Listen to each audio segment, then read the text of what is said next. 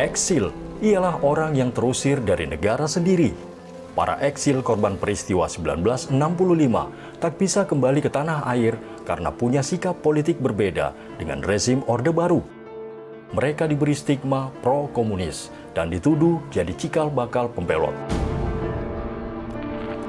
Termasuk para pelajar yang sejatinya merupakan insan pilihan yang mengemban tugas mengaplikasikan ilmu yang didapat bagi kemajuan bangsa Indonesia. Apalagi waktu itu Indonesia baru berusia 20 tahun merdeka dari Jepang dan Belanda. Tetapi selama puluhan tahun itu para eksil menanggung luka, dicap sebagai pengkhianat bangsa. Saat ini, negara berupaya menghapus label yang kadung tersemat nyaris 6 dekade itu. Negara mencoba kembali merangkul eksil dan ingin memberikan keadilan serta menyelesaikan prahara politik yang dibiarkan lama menggantung. Mereka sudah 58 tahun rata-rata berada di luar negeri, tidak bisa pulang. Nah, sekarang kita katakan kepada mereka bahwa peristiwa politik itu sudah diselesaikan juga secara politik oleh pemerintah, yaitu dengan kita membuat penyelesaian non-yudisial, yaitu memberi perlakuan khusus, memberi santunan dan penyelesaian psikologis maupun sosiologis kepada para korban.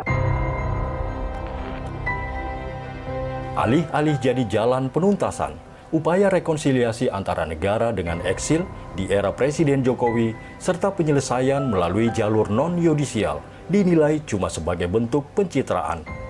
Semacam pencitraan menjelang akhir masa jabatan. Yang kedua, sekedar hiburan lah, kompensasi kepada ini tanpa mencoba menyatakan suatu kebenaran terhadap peristiwa itu. Setara melihat itu juga, apakah ini hanya coba sebagai jelas kalau harus setiap peristiwa penyelesaian pelanggaran hak asasi manusia berat, unsur utamanya adalah pengungkapan kebenaran dan keadilan. Untuk memberikan kelegaan dan menghadirkan keadilan demi menegakkan demokrasi, pelurusan sejarah didesak dilakukan oleh negara. Sebab eksil ialah produk dari sebuah pelanggaran HAM berat yang dilakukan oleh negara. Pelurusan sejarah itu harus terus didesakkan dan pengungkapan kebenaran dan penyajian keadilan terhadap para korban karena korban itu saya kira dia sekian lama menanti keadilan, kebenaran itu yang dibutuhkan ada sebenarnya pengungkapan kebenaran atas peristiwa itu.